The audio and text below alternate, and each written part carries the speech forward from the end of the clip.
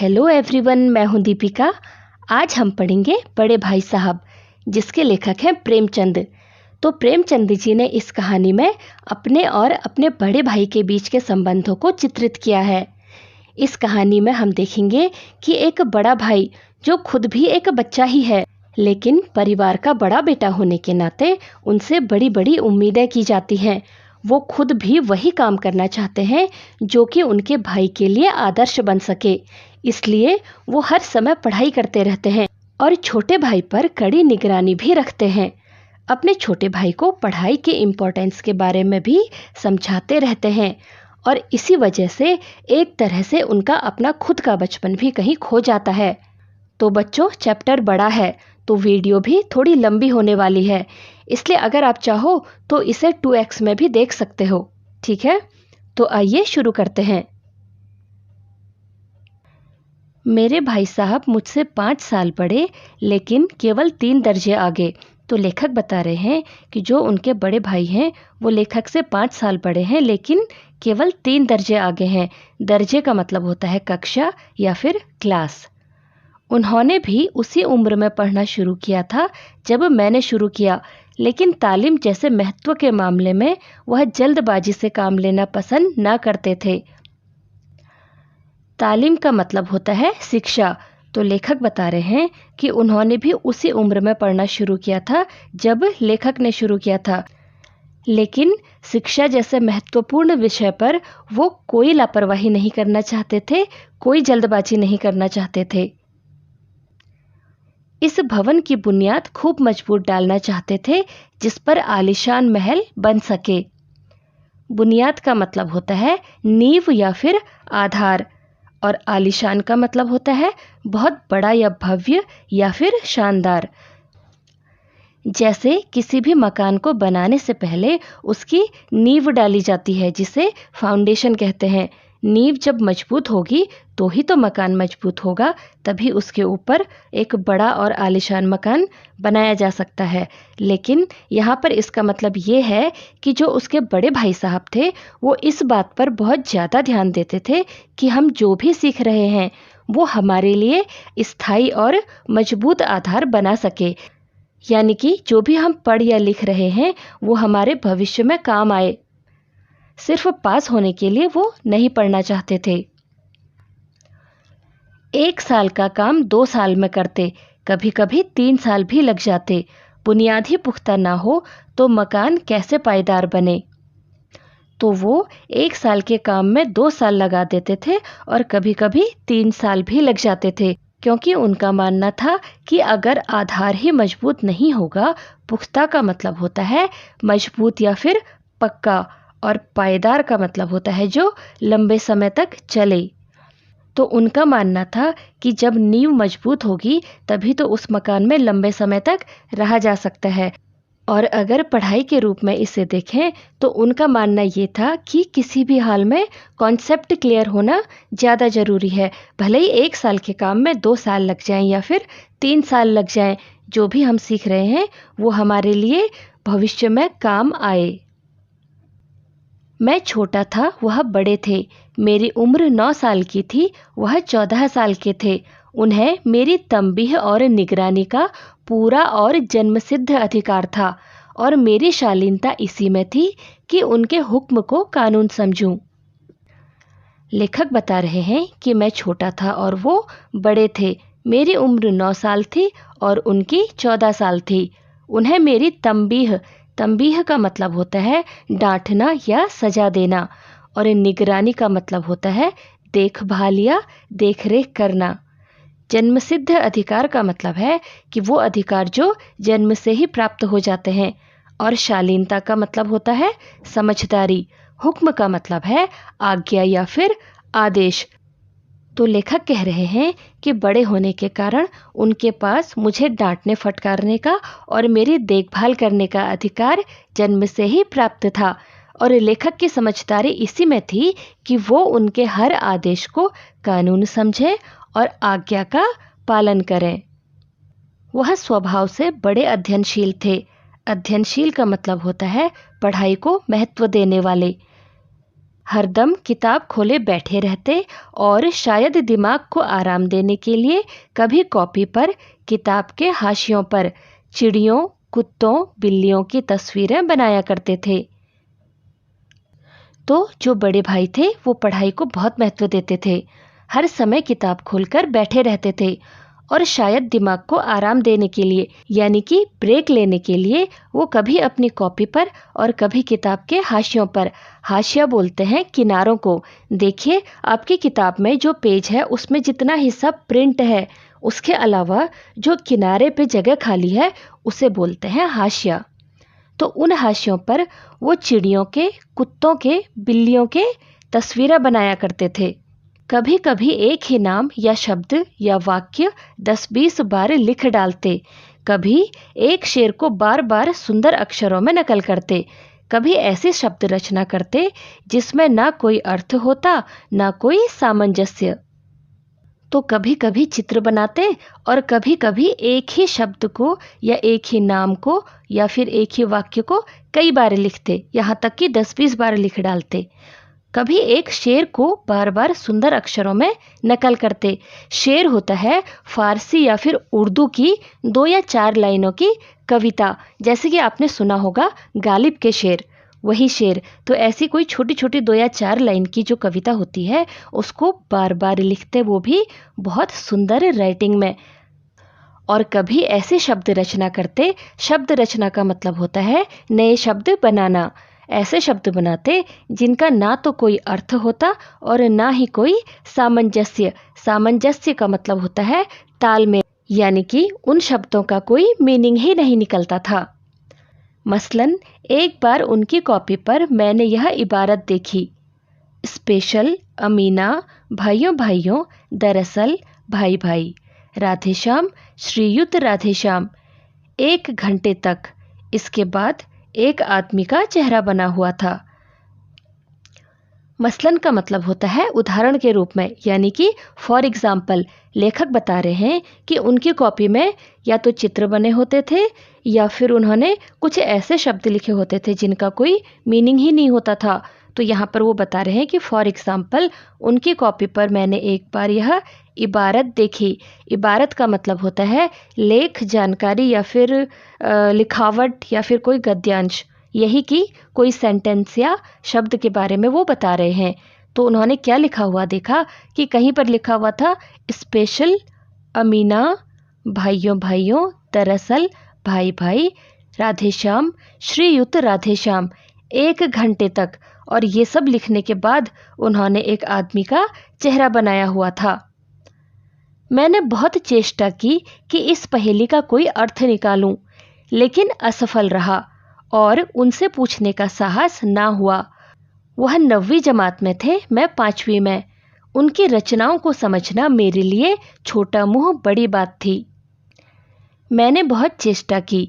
चेष्टा का मतलब होता है कोशिश। तो लेखक बता रहे हैं कि उन्होंने बहुत कोशिश करी कि जो उनके बड़े भाई ने लिखा हुआ है, जो चित्र बनाए हुए हैं, उनका कोई अर्थ निकालूं, लेकिन असफल रहा और उनसे पूछने का साहस ना हुआ। क्यों? क्योंकि वो 9वीं जमात में थे।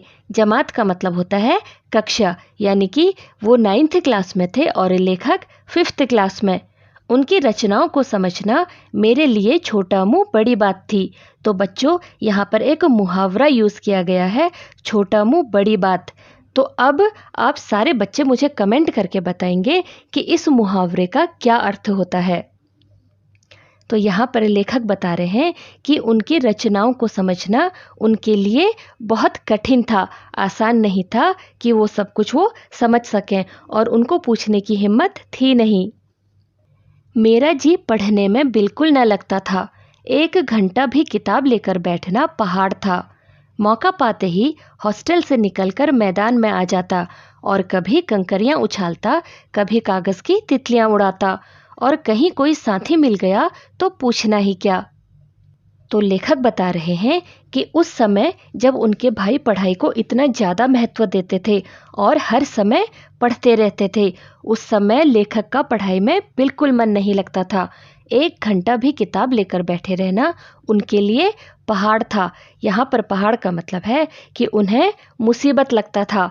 पहाड़ चढ़ने के बराबर मुश्किल लगता था। तो मौका पाते ही, यानी कि जैसे ही उन्हें मौका मिलता तो वो हॉस्टल से निकलकर मैदान में आ जाते। कभी कंकड़ियाँ उछालते, कंकड़ियाँ बोलते हैं छोटे छोटे पत्थर के टुकड़ों को। कभी कागज़ की तितलियाँ बनाते और उन्हें उड़ाते। और अगर उन्हें कभी कोई साथी मिल जाता तो पूछना ही क्या, तब तो फिर मज़े ही मज़े हैं, बस खेलते रहो। कभी चारदीवारी पर चढ़कर नीचे कूद रहे हैं, कभी फाटक पर सवार उसे आगे पीछे चलाते हुए मोटर कार का आनंद उठा रहे हैं।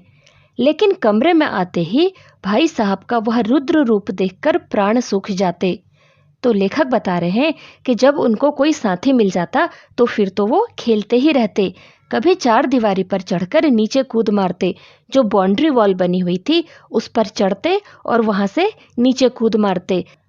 कभी फाटक पर सवार, तो बच्चों फाटक बोलते हैं बड़े से दरवाजे को या गेट को, तो शायद यहाँ पर हॉस्टल के गेट की बात हो रही है। तो कभी वो उस गेट पर चढ़ जाते और उसको आगे पीछे चलाते हुए जैसे कि गाड़ी में चल रहे हैं उस तरीके के मज़े उठाते। लेकिन कमरे में आते ही भाई साहब का वह रुद्र रूप का मतलब होता है भयानक रूप या डरावना रूप। तो लेखक कह रहे हैं कि इतना खेलने के बाद, मज़े करने के बाद जब वो कमरे में आते थे तो अपने बड़े भाई का वह डरावना रूप देखकर उनके प्राण सूख जाते। तो बच्चों, यहाँ पर एक और मुहावरा इस्तेमाल किया गया है, प्राण सूख जाना, यानी कि बुरी तरीके से डर जाना। उनका पहला सवाल यह होता, कहाँ थे? हमेशा यही सवाल इसी ध्वनि में हमेशा पूछा जाता था और इसका जवाब मेरे पास केवल मौन था। न जाने मेरे मुंह से यह बात क्यों न निकलती कि ज़रा बाहर खेल रहा था।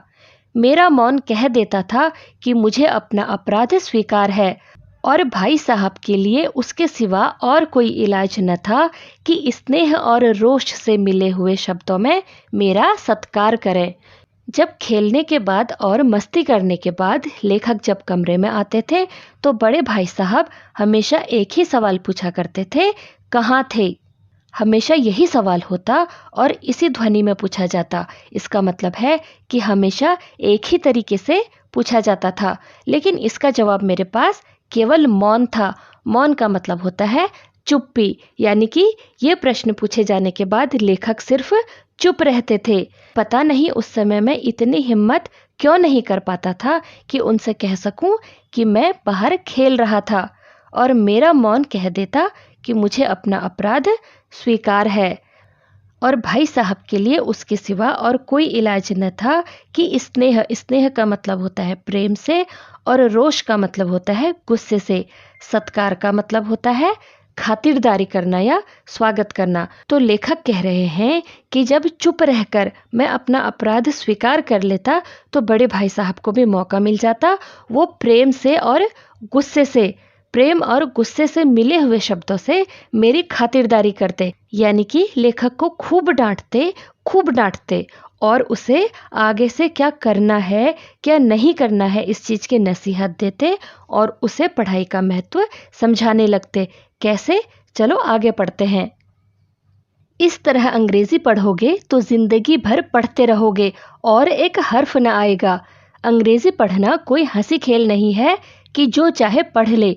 नहीं, ऐरा गैरा नत्थू खैरा सभी अंग्रेजी के विद्वान हो जाते। यहाँ रात दिन आंखें फोड़नी पड़ती हैं और खून जलाना पड़ता है, तब कहीं यह विद्या आती है। और आती क्या है, हाँ कहने को आ जाती है। बड़े बड़े विद्वान भी शुद्ध अंग्रेजी नहीं लिख सकते, बोलना तो दूर रहा। और मैं कहता हूँ, तुम कितने घोंगा हो कि मुझे देखकर भी सबक नहीं लेते। मैं कितनी मेहनत करता हूँ, यह तुम अपनी आँखों से देखते हो। अगर नहीं देखते तो यह तुम्हारी आँखों का कसूर है, तुम्हारी बुद्धि का कसूर है। और अब लेखक का डांट खाना शुरू हो गया है। बड़े भाई उनसे कहते कि अगर इस तरह से अंग्रेजी पढ़ोगे तो जिंदगी भर पढ़ते रहोगे और एक हर्फ का मतलब होता है अक्षर, और जिंदगी भर एक अक्षर भी नहीं सीख पाओगे। अंग्रेजी पढ़ना कोई हंसी खेल नहीं है कि जो चाहे पढ़ ले, नहीं तो ऐरा गैरा नत्थू खैरा। इसका मतलब होता है कि हर कोई, यानी कि बेकार से बेकार आदमी भी अंग्रेजी का विद्वान बन जाता। यहाँ दिन रात आंखें फोड़नी पड़ती हैं। दिन रात आंखें फोड़ने का मतलब होता है कि बहुत देर तक जागना, यानी रात दिन किताबें पढ़नी पड़ती हैं और खून जलाना पड़ता है।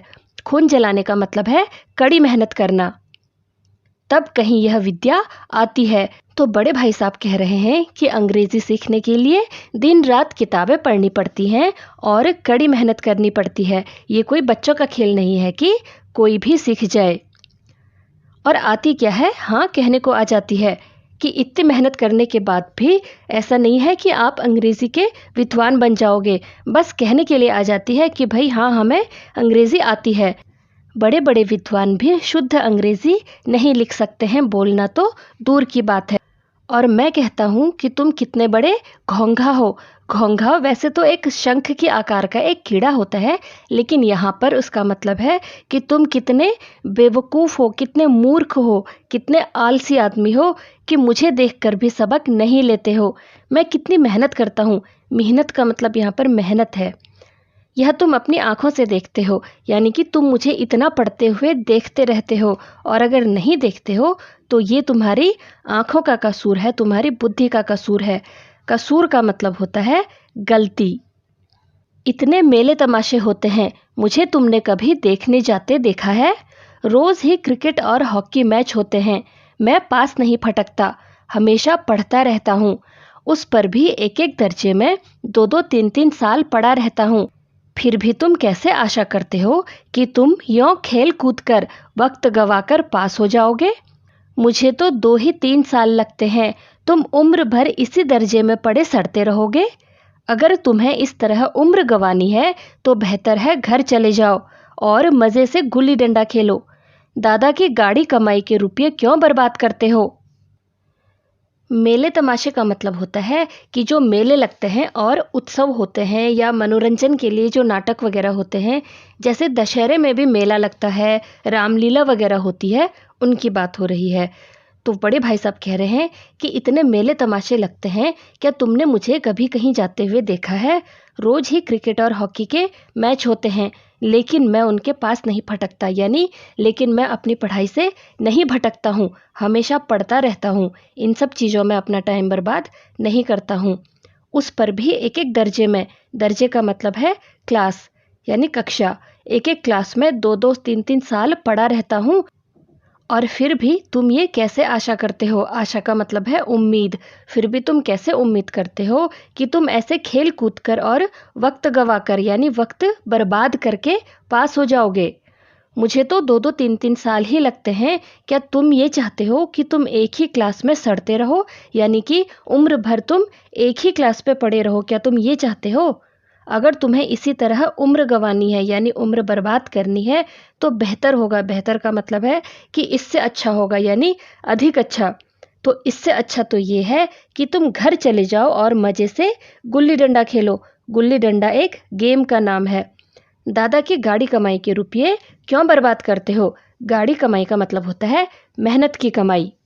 तो लेखक कह रहे हैं कि अगर तुम्हें ऐसे ही अपना टाइम बर्बाद करना है, पढ़ना लिखना है नहीं, बस खेलते रहना है, तो तुम गांव चले जाओ, घर चले जाओ और वहां जाकर के गुल्ली डंडा खेलते रहो मज़े से। और कम से कम दादा जो इतनी मेहनत करके कमा रहे हैं और हमें पढ़ा रहे हैं, कम से कम उस रुपये को, उनकी मेहनत को तो बर्बाद मत करो। मैं यह लताड़ सुनकर आंसू बहाने लगता। जवाब ही क्या था? अपराध तो मैंने किया, लताड़ कौन सहे। भाई साहब उपदेश की कला में निपुण थे। ऐसी ऐसी लगती बातें कहते, ऐसे ऐसे सूक्ति बाण चलाते कि मेरे जिगर के टुकड़े टुकड़े हो जाते और हिम्मत टूट जाती।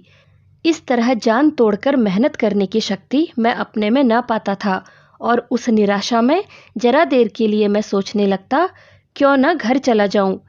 जो काम मेरे बूते के बाहर है उसमें हाथ डालकर क्यों अपनी जिंदगी खराब करूं। लताड़ का मतलब होता है डांट फटकार। तो लेखक कह रहे हैं कि इतने बुरी तरीके से डांट खाने के बाद उनकी आंखों से आंसू बहने लगते थे। उनके पास कोई जवाब नहीं रहता था, क्योंकि अपराध तो उन्होंने ही किया था। और अपराध क्या था? पढ़ाई ना करके बाहर खेलना।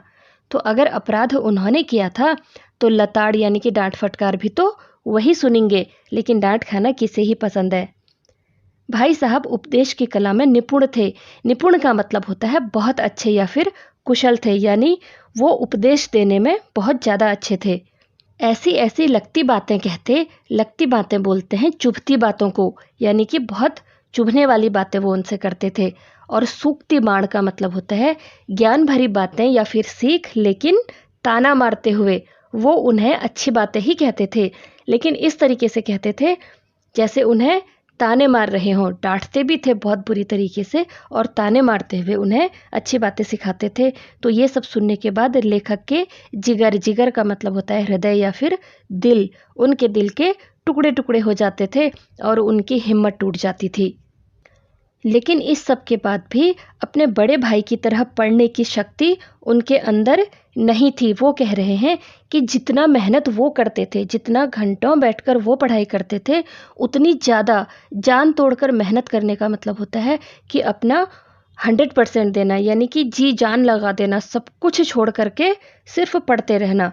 तो उतनी ज़्यादा मेहनत करने की शक्ति मैं अपने अंदर नहीं पाता था, और निराशा में कुछ देर के लिए मैं सोचने लगता कि क्यों ना घर चला जाऊं। जो काम मेरे बूते के बाहर है, बूते का मतलब होता है बस, यानी कि जो मेरे बस का है ही नहीं, मैं उसमें हाथ डालकर अपनी ज़िंदगी क्यों खराब कर। हाथ डालने का मतलब होता है कोई काम शुरू करना या किसी काम को पूरा करने की रिस्पॉन्सिबिलिटी लेना। तो वो सोचते हैं कि जब इतनी ज़्यादा मेहनत मैं कर ही नहीं पाऊँगा, तो इसमें हाथ डालकर, यानी कि इसमें अपना टाइम बर्बाद करके अपनी ज़िंदगी क्यों ही खराब करूँ।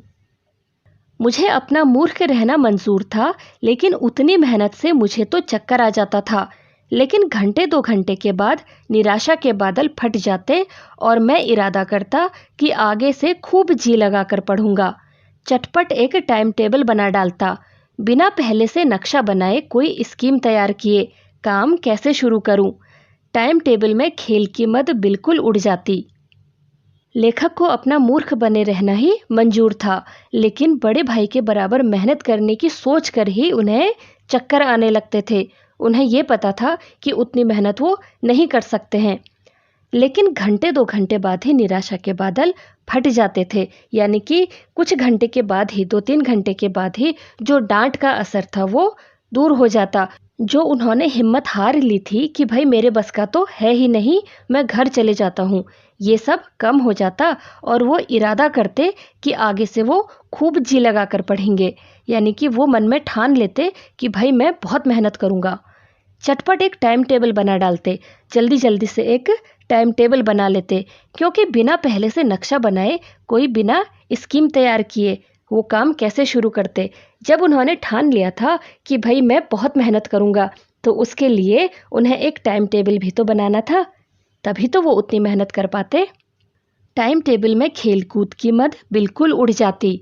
वैसे तो मद का मतलब होता है पागलपन या फिर बावलापन, लेकिन यहाँ पर लेखक कह रहे हैं कि जैसे कि उन्हें खेलना पसंद था, तो उन्होंने अपने टाइम टेबल पर खेल कूद के लिए कोई जगह नहीं रखी थी। उनके टाइम टेबल में सिर्फ पढ़ाई की बातें थी, पढ़ाई के लिए टाइम टेबल था, खेल कूद के लिए उन्होंने अपना कोई टाइम बनाया ही नहीं था।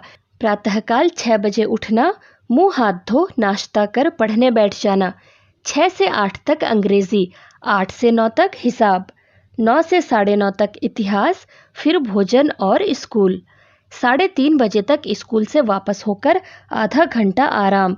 4 से 5 तक भूगोल, 5 से 6 तक ग्रामर, आधा घंटा हॉस्टल के सामने ही टहलना। 6:30 से 7 तक अंग्रेजी कंपोजिशन, फिर भोजन करके 8 से 9 तक अनुवाद। 9 से 10 तक हिंदी, 10 से 11 तक विविध विषय, फिर विश्राम।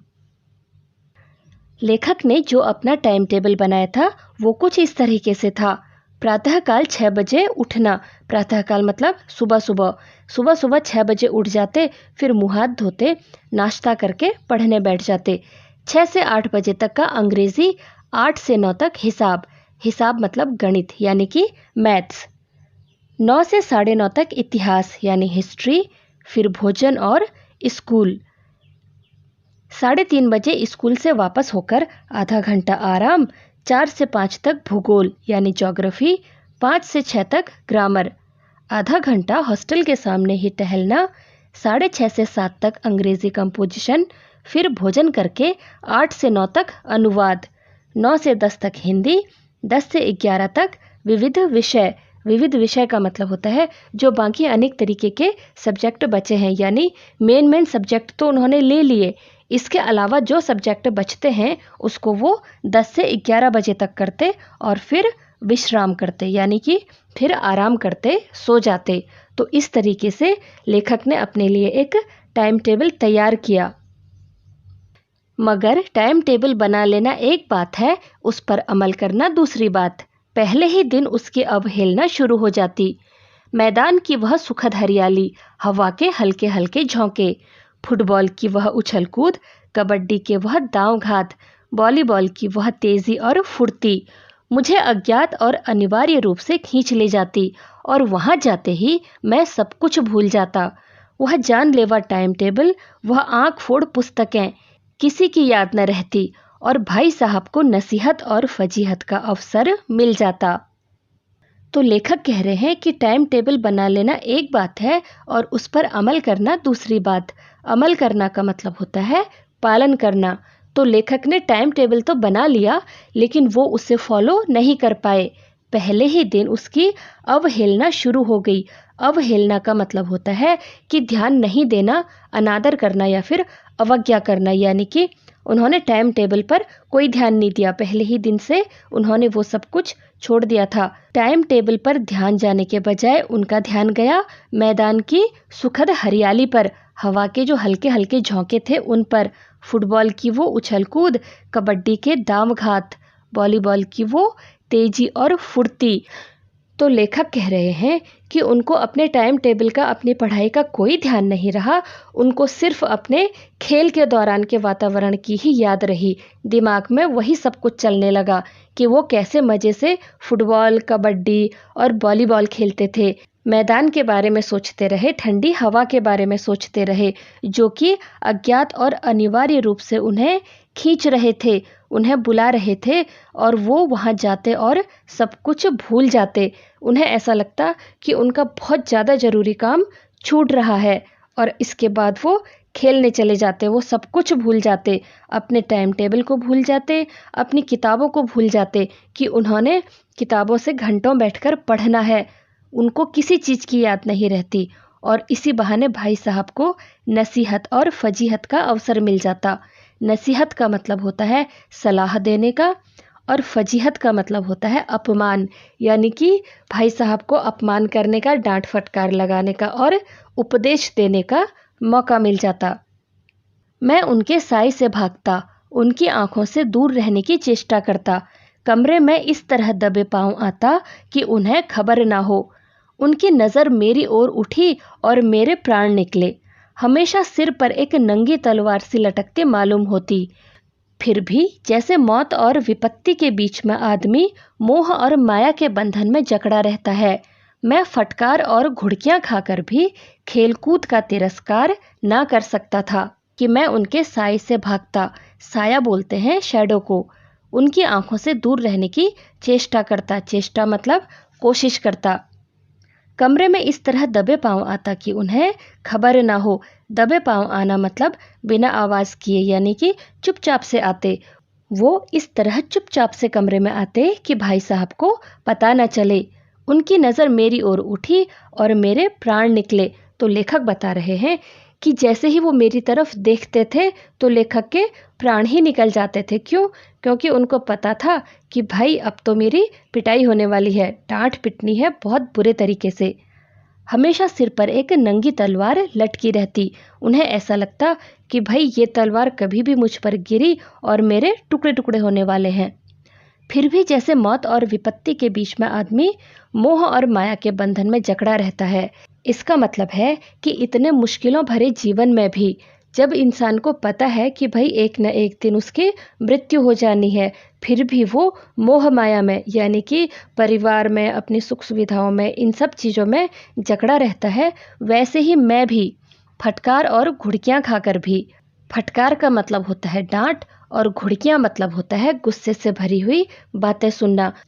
तो लेखक कह रहे हैं कि मुझे पता है कि मैं खेलने जाऊंगा तो मैं डांट भी खाऊंगा और बातें भी मुझे सुननी पड़ेंगी। उसके बावजूद मैं खेल कूद का तिरस्कार नहीं कर सकता था। तिरस्कार का मतलब होता है अपमान, लेकिन वो कह रहे हैं कि मैं खेल कूद को नहीं छोड़ सकता था। सालाना इम्तिहान हुआ, मतलब एनुअल एग्ज़ाम हुए। भाई साहब फेल हो गए, मैं पास हो गया और दर्जे में प्रथम आया। दर्जा मतलब क्लास। तो लेखक बता रहे हैं कि एनुअल एग्ज़ाम हुए जिसमें भाई साहब फिर से फेल हो गए और लेखक पास हुए, वो भी क्लास में फर्स्ट आए। मेरे और उनके बीच में केवल 2 साल का अंतर रह गया था, यानी कि उन दोनों की जो क्लासेस का डिफरेंस था अब वो सिर्फ 2 साल का रह गया था। जी मैं आया भाई साहब को आड़े हाथों लूँ। आड़े हाथों लेने का मतलब होता है खरी खोटी सुनाना या फिर डांटना। किस तरीके से? आपकी वह घोर तपस्या कहाँ गई? मुझे देखिए, मज़े से खेलता भी रहा और दर्जे में अव्वल भी हूँ। तो लेखक ने सोचा कि भाई साहब को खूब डांटता हूँ कि आपकी वो घोर तपस्या जो घंटों आप सिर्फ पढ़ते रहते थे वो कहाँ गई? मेरे को देखिए, मैं साल भर मज़े भी करता रहा, खेलता भी रहा और क्लास में फर्स्ट भी हूँ। अव्वल का मतलब होता है फर्स्ट। लेकिन वह इतने दुखी और उदास थे कि मुझे उनसे दिली हमदर्दी हुई और उनके घाव पर नमक छिड़कने का विचार ही लज्जास्पद जान पड़ा। तो फेल हो जाने के कारण लेखक के जो भाई साहब थे वो बहुत दुखी और उदास थे। तो लेखक को उनसे दिली हमदर्दी हुई। दिली हमदर्दी का मतलब होता है सहानुभूति, यानी दूसरे के दर्द को समझना। और उनके घाव में नमक छिड़कने का विचार लज्जास्पद जान पड़ा। तो उन्होंने सोचा कि एक तो वो फेल हुए हैं और उनको खरी खोटी सुनाऊं तो ये बहुत ही शर्म की बात होगी। हाँ, अब मुझे अपने ऊपर कुछ अभिमान हुआ। अभिमान का मतलब होता है अहंकार या घमंड। और आत्मसम्मान भी बढ़ा। आत्मसम्मान का मतलब होता है खुद को महत्वपूर्ण समझना या योग्य समझना। भाई साहब का वह रौब मुझ पर न रहा। तो भाई साहब का वो धाक या दबदबा जो अब तक मुझ पर था वो अब न रहा। क्यों? क्योंकि मैं पास हो गया और वो फेल हो गए। आज़ादी से खेल कूद में शरीक होने लगा। आज़ादी मतलब स्वतंत्रता से और शरीक होने का मतलब होता है शामिल होना। तो वो कह रहे हैं कि अब मैं बिना किसी रोक टोक के खेल कूद में शामिल होने लगा था। दिल मजबूत था, यानी कि अब उनका हौसला और भी बढ़ गया था। अगर उन्होंने फिर मेरी फजीहत की तो साफ कह दूंगा, आपने अपना खून जलाकर कौन सा तीर मार लिया? मैं तो खेलते कूदते दर्जे में अव्वल आ गया। फजीहत का मतलब है बेइज्जती। तो लेखक ने सोचा कि अगर भाई साहब फिर से मेरी बेइज्जती करेंगे तो उनसे साफ साफ कह दूंगा कि आपने अपना खून जलाकर, यानी इतनी कड़ी मेहनत करके भी क्या प्राप्त कर लिया? मैं तो खेलता कूदता भी रहा और क्लास में फर्स्ट भी आया हूँ। जबान से यह हेकड़ी जताने का साहस न होने पर भी मेरे रंग ढंग से साफ जाहिर होता था कि भाई साहब का वह आतंक मुझ पर नहीं था। तो जैसा कि लेखक को अपने ऊपर घमंड है और अब उनका आत्मसम्मान भी बढ़ चुका है, लेकिन फिर भी अपनी खुद की जुबान से ये सब कहने की हिम्मत उनकी नहीं थी। लेकिन उनके रंग ढंग से, यानी कि उनके बॉडी लैंग्वेज से, उनके बिहेवियर से ये साफ साफ जाहिर होता था। जाहिर होना मतलब कि स्पष्ट पता चलना। ये पता चलता था कि भाई साहब का वह आतंक मुझ पर नहीं रहा, यानी कि भाई साहब का वो भय, वो रौब अब मुझ पर नहीं रहा। भाई साहब ने इसे भांप लिया। भांप लिया का मतलब होता है अनुमान लगा लिया या फिर समझ लिया। उनकी सहज बुद्धि बड़ी तीव्र थी। सहज बुद्धि कहते हैं किसी बात को खुद ही समझ लेने की जो क्षमता होती है। तो वो बुद्धि उनकी बहुत तेज थी। और एक दिन जब मैं भोर का सारा समय गुल्ली डंडे की भेंट करके ठीक भोजन के समय लौटा तो भाई साहब ने मानो तलवार खींच ली और मुझ पर टूट पड़े। तो लेखक बता रहे हैं कि जब एक दिन भोर का मतलब होता है सुबह का सारा समय उन्होंने गुल्ली डंडा खेलने में लगा दिया। गुल्ली डंडे की भेंट करके का मतलब है कि गुल्ली डंडे के पीछे लगा दिया और ठीक खाना खाते समय वो वापस लौटे। तो भाई साहब ऑलरेडी बहुत गुस्से में थे। वो लेखक पर टूट पड़े। क्या कहते हैं देखिए, देखता हूँ इस साल पास हो गए और दर्जे में अव्वल आ गए तो तुम्हें दिमाग हो गया है, मगर भाईजान घमंड तो बड़े बड़े का नहीं रहा, तुम्हारी क्या हस्ती है। इतिहास में रावण का हाल तो पढ़ा ही होगा, उसके चरित्र से तुमने कौन सा उपदेश लिया, या यूं ही पढ़ गए। तो भाई साहब कहते हैं कि इस साल तुम पास क्या हो गए और दर्जे में फर्स्ट क्या आ गए हो, तो तुम्हें दिमाग हो गया। इसका मतलब है कि तुम कुछ ज़्यादा ही बुद्धिमान हो गए हो। मगर भाईजान, घमंड तो बड़े बड़े का नहीं रहा, तुम्हारी क्या हस्ती है। हस्ती का मतलब होता है प्रसिद्ध या फिर असाधारण। तो लेखक के भाई साहब कह रहे हैं कि तुम कौन सा तोप हो, यानी कि तुम कौन सा अनोखे हो। इतिहास में रावण का हाल तो पढ़ा ही होगा, उसके चरित्र से तुमने कौन सा उपदेश लिया। तो तुमने रावण का जो व्यक्तित्व था, यानी कि रावण का जो कैरेक्टर था, तुमने उससे क्या सीखा, या यूं ही पढ़ गए, या फिर बस सिर्फ पास होने के लिए पढ़ा। महज इम्तिहान पास कर लेना कोई चीज़ नहीं, असल चीज़ है बुद्धि का विकास। जो कुछ पढ़ो उसका अभिप्राय समझो। तो भाई साहब कहते हैं कि महज इम्तिहान पास कर लेना, यानी कि सिर्फ इम्तिहान पास कर लेना कोई चीज़ नहीं है, असल चीज़ है बुद्धि का विकास। जो कुछ पढ़ो उसका अभिप्राय समझो। अभिप्राय का मतलब होता है मीनिंग। तो जैसा कि हमने स्टार्टिंग में पढ़ा था कि भाई साहब का एक ही उसूल था कि चाहे एक क्लास में 2 साल लग जाएं या फिर 3 साल लग जाएं, लेकिन जो कुछ भी हम पढ़ रहे हैं उसका कॉन्सेप्ट क्लियर होना चाहिए। पढ़ना इस तरीके से है कि बुद्धि का विकास हो और आपका पढ़ा हुआ जो कुछ भी आपने सीखा है वो भविष्य में आपके काम आ सके। रावण भूमंडल का स्वामी था। ऐसे राजाओं को चक्रवर्ती कहते हैं। आजकल अंग्रेजों के राज्य का विस्तार बहुत बढ़ा हुआ है, पर इन्हें चक्रवर्ती नहीं कह सकते। संसार में अनेक राष्ट्र अंग्रेजों का आधिपत्य स्वीकार नहीं करते, बिल्कुल स्वाधीन है। रावण चक्रवर्ती राजा था। संसार के सभी महीप उसे कर देते थे। बड़े बड़े देवता उसकी गुलामी करते थे। आग और पानी के देवता भी उसके दास थे। मगर उसका अंत क्या हुआ? घमंड ने उसका नाम निशान तक मिटा दिया। कोई उसे एक चुल्लू पानी देने वाला भी न बचा। आदमी और जो कुकर्म चाहे करे, पर अभिमान ना करे, इतराए नहीं। अभिमान किया और दीन दुनिया दोनों से गया। रावण भूमंडल का स्वामी था। भूमंडल मतलब धरती और स्वामी मतलब मालिक। ऐसे राजाओं को चक्रवर्ती कहते हैं। चक्रवर्ती जो पूरी धरती का राजा हो। आज अंग्रेजों के राज्य का विस्तार बहुत बढ़ा हुआ है। तो भाई साहब कह रहे हैं कि वैसे तो अंग्रेजों के राज्य का फैलाव भी बहुत बढ़ा हुआ है, यानी कि बहुत बड़े क्षेत्र में अंग्रेजों का राज्य है, पर उन्हें चक्रवर्ती नहीं कह सकते हैं। संसार में अनेक ऐसे राष्ट्र हैं जो अंग्रेजों का आधिपत्य स्वीकार नहीं करते हैं। आधिपत्य का मतलब होता है कि उसका कंट्रोल, अपने ऊपर कोई कंट्रोल नहीं समझते हैं। एक समूह का दूसरे समूह पर जो प्रभुत्व या फिर नियंत्रण होता है उसे ही आधिपत्य कहते हैं।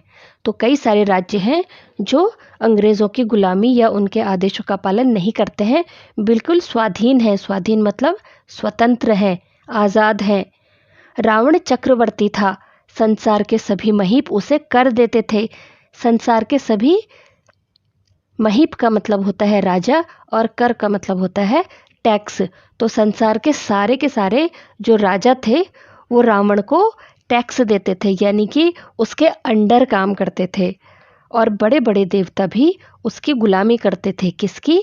रावण की। आग और पानी के देवता भी उसके दास थे। दास का मतलब होता है गुलाम। मगर उसका अंत क्या हुआ?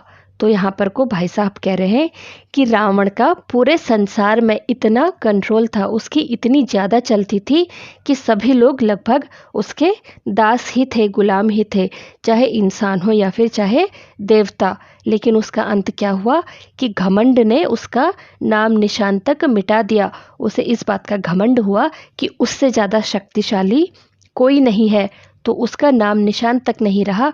उसे चुल्लू भर पानी देने वाला भी कोई नहीं बचा। उसका पूरा परिवार, पूरा राज्य, सब कुछ खत्म हो गया था। तो वो कह रहे हैं कि आदमी और कुछ भी कुकर्म चाहे करे, कुकर्म का मतलब होता है कैसा ही भी बुरे से बुरा काम करे, लेकिन अभिमान यानी घमंड ना करे, इतराए नहीं, यानी कि खुद को ही सब कुछ ना समझे। अभिमान किया और दीन दुनिया दोनों से गया। इसका मतलब ये है कि जो घमंड करने वाला व्यक्ति होता है वो परिवार और दुनिया दोनों में से कहीं रहने लायक नहीं रहता है। शैतान का हाल भी पड़ा ही होगा। उसे यह अभिमान हुआ था कि ईश्वर का उससे बढ़कर सच्चा भक्त कोई है ही नहीं। अंत में यह हुआ कि स्वर्ग से नरक में ढकेल दिया गया। शैतान का हाल तो पढ़ा ही होगा। शैतान जो है, बाइबल में एक स्वर्गदूत को शैतान के रूप में वर्णित किया गया है। था तो वह स्वर्गदूत, लेकिन बहुत ही दुष्ट आत्मा था। उसे अपनी दुष्टता की वजह से एक दिन स्वर्ग से निकाल दिया गया। तो वही यहाँ पर भाई साहब लेखक को बता रहे हैं कि तुमने शैतान का हाल तो पढ़ा ही होगा। उसे अभिमान हुआ, उसे भी घमंड हुआ था इस बात का कि भगवान का उससे बढ़कर सच्चा भक्त और कोई नहीं है।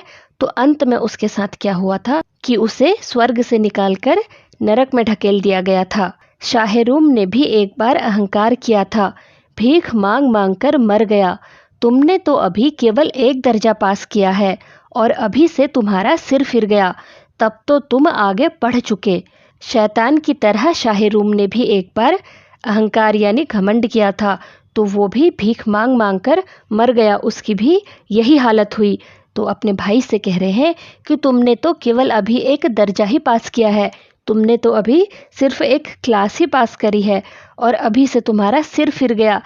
सिर फिर जाना का मतलब होता है पागल हो जाना या फिर दिमाग खराब हो जाना। तो वो कह रहे हैं कि तुम इतने लापरवाह हो गए हो, तब तो तुम पढ़ चुके आगे, यानी कि इससे ज़्यादा तुम क्या ही पढ़ पाओगे। यह समझ लो कि तुम अपनी मेहनत से नहीं पास हुए। अंधे के हाथ बटेर लग गई, मगर बटेर केवल एक बार हाथ लग सकती है, बार बार नहीं लग सकती। कभी कभी गुल्ली डंडे में भी अंधा चोट निशाना पड़ जाता है, इससे कोई सफल खिलाड़ी नहीं हो जाता।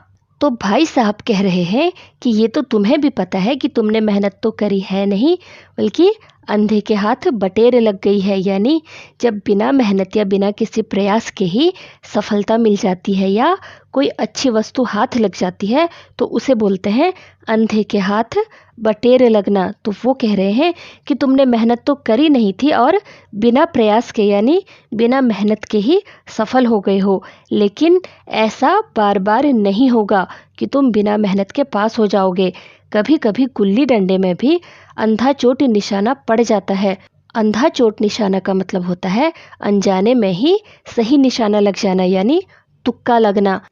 तो वो कह रहे हैं कि जैसे गुल्ली डंडे में तुक्का लग जाने पर कोई सफल खिलाड़ी नहीं बन जाता है।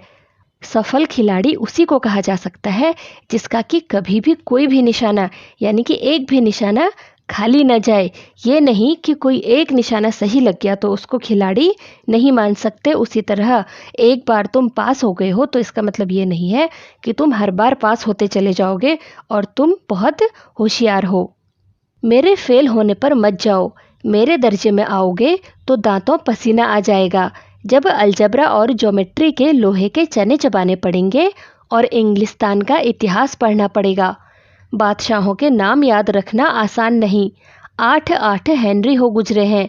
कौन सा कांड किस हेनरी के समय में हुआ, क्या यह याद कर लेना आसान समझते हो? हेनरी 7वें की जगह हेनरी 8वां लिखा और सब नंबर गायब, सफा चट। सिफर भी ना मिलेगा, सिफर भी। हो किस ख्याल में? दर्जनों तो जेम्स हुए हैं, दर्जनों विलियम, कौड़ियों चार्ल्स। दिमाग चक्कर खाने लगता है, आंधी रोग हो जाता है। इन अभागों को नाम भी न जुड़ते थे। एक ही नाम के पीछे दोयम सोयम चहारुम पंचुम लगाते चले गए। मुझसे पूछते तो 10 लाख नाम बता देता। तो भाई साहब कह रहे हैं कि मेरे फेल होने पर मत जाओ, यानी ये मत सोचो कि मैं फेल हो गया हूँ, बल्कि उसके पीछे के कारण को जानो। कि मेरे दर्जे में आओगे यानी जब मेरी क्लास में आओगे तो दांतों पसीना आ जाएगा। दांतों पसीना आने का मतलब होता है कि किसी कठिन काम को देख करके डर या फिर घबराहट होना। किस चीज़ से पसीना आया? कि जब अलजबरा और ज्योमेट्री के लोहे के चने चबाने पड़ेंगे।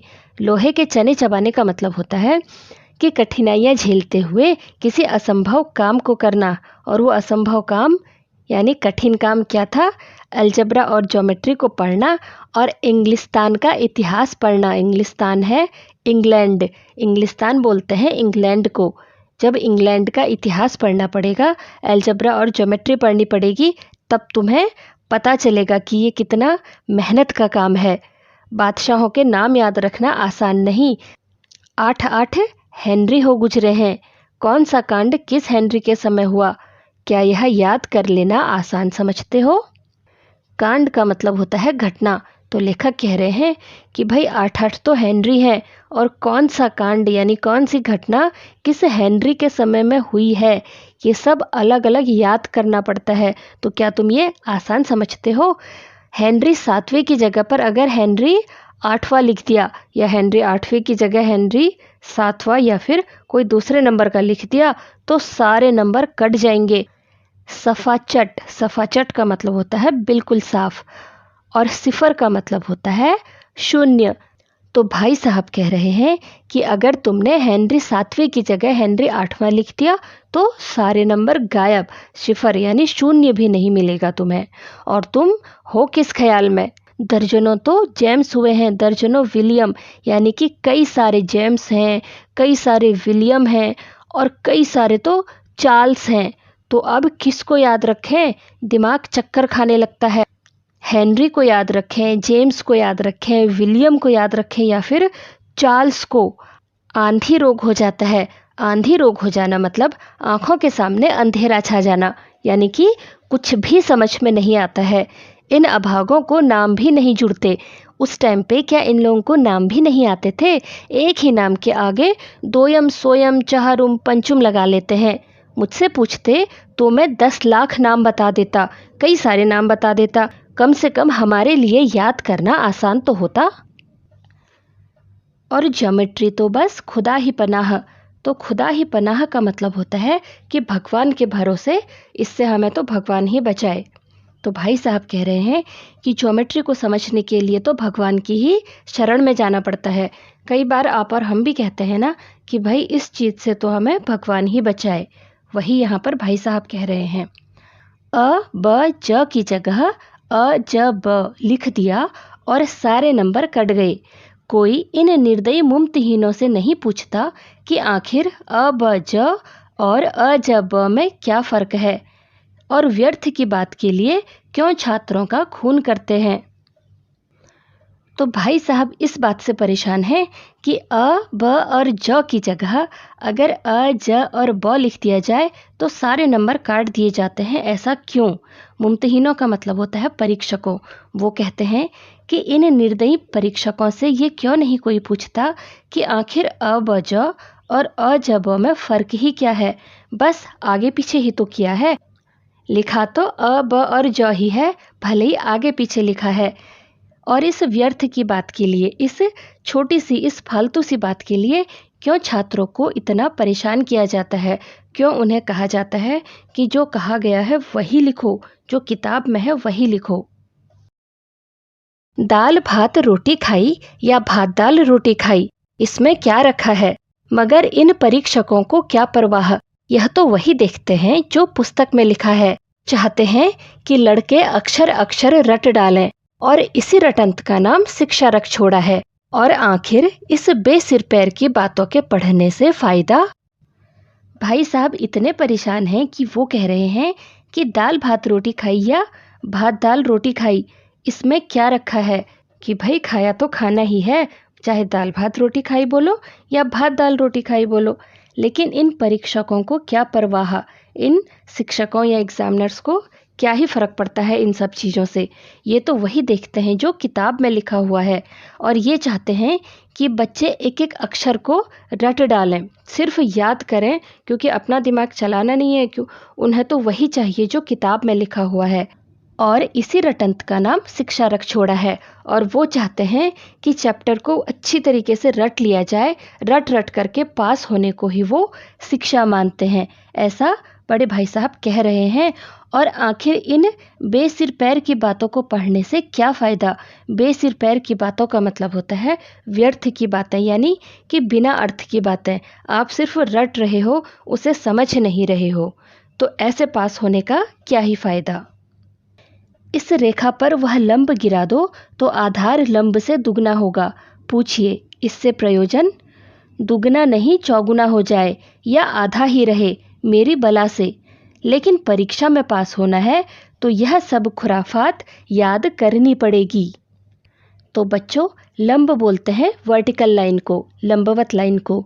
तो भाई साहब कह रहे हैं कि एक रेखा में अगर लंब गिरा दो तो इससे उसका आधार दुगना हो जाएगा। तो वो कह रहे हैं कि एक तिरछी रेखा में एक खड़ी रेखा अगर डाल दी तो उसका आधार लंब से दुगना हो जाएगा। वो परेशान है, वो कह रहे हैं कि भाई इससे क्या ही फ़ायदा, इसका क्या मतलब बनता है, इसका उद्देश्य क्या है, दुगना ही क्या चौगुना हो जाए या फिर आधा ही रहे, मुझे उससे क्या करना है। लेकिन परीक्षा में अगर एग्ज़ाम में अगर आपको पास होना है तो आपको ये सब खुराफात याद करनी ही पड़ेगी।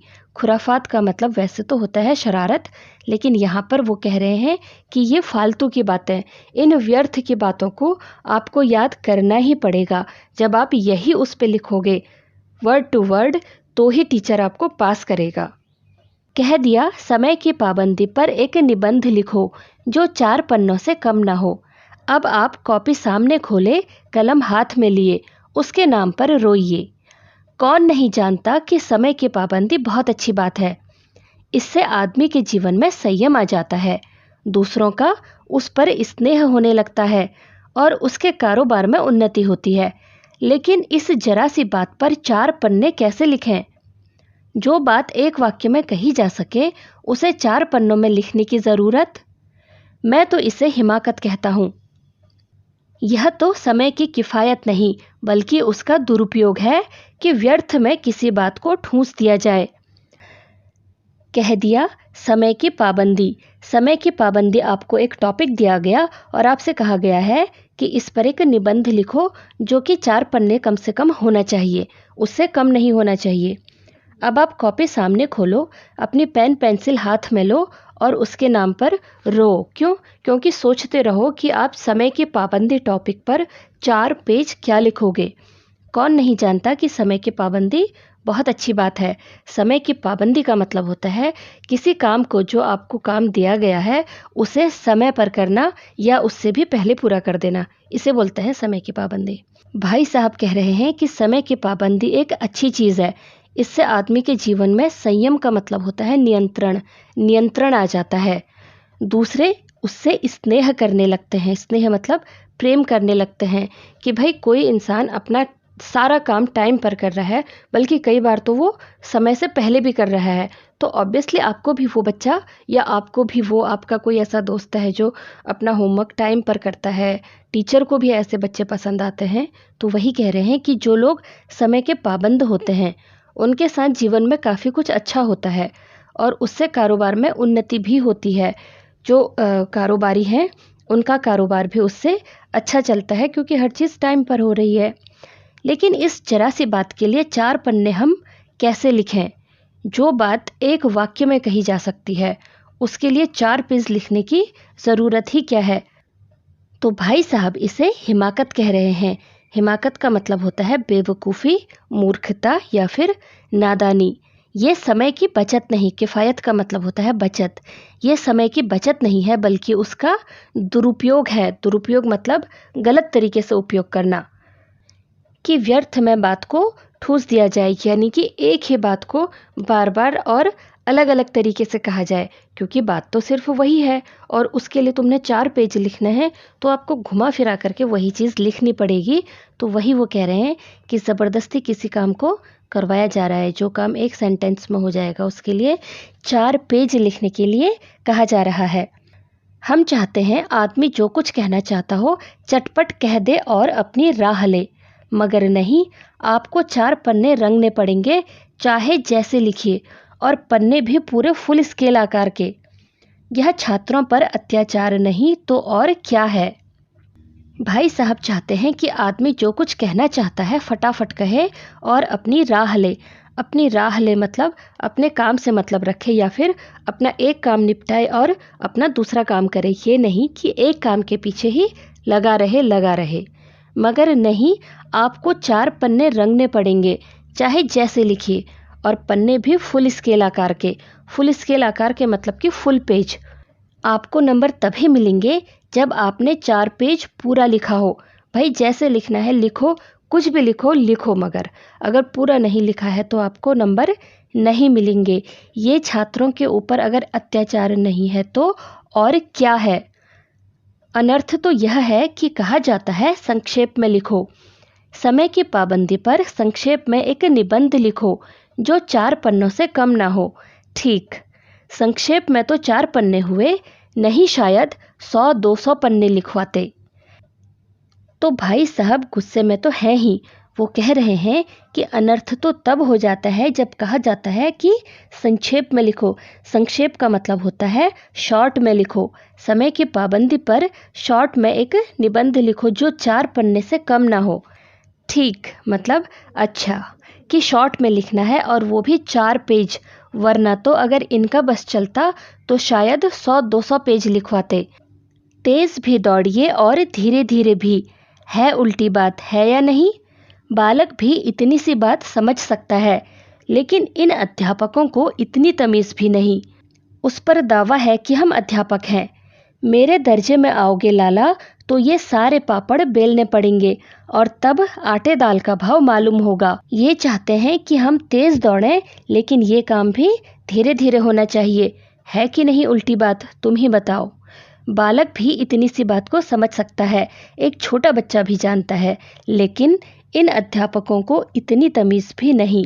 लेकिन ये टीचर्स जो हैं उन्हें इतनी तमीज़ भी नहीं। तमीज़ का मतलब है कि अच्छे बुरे की पहचान भी नहीं है। उस पर यह दावा किया जाता है, दावा मतलब यह हक जताया जाता है कि हम टीचर हैं। मेरी क्लास में आओगे ना लाला तो ये सारे पापड़ बेलने पड़ेंगे। पापड़ बेलना मतलब संघर्ष करना, यानी बहुत मेहनत करना।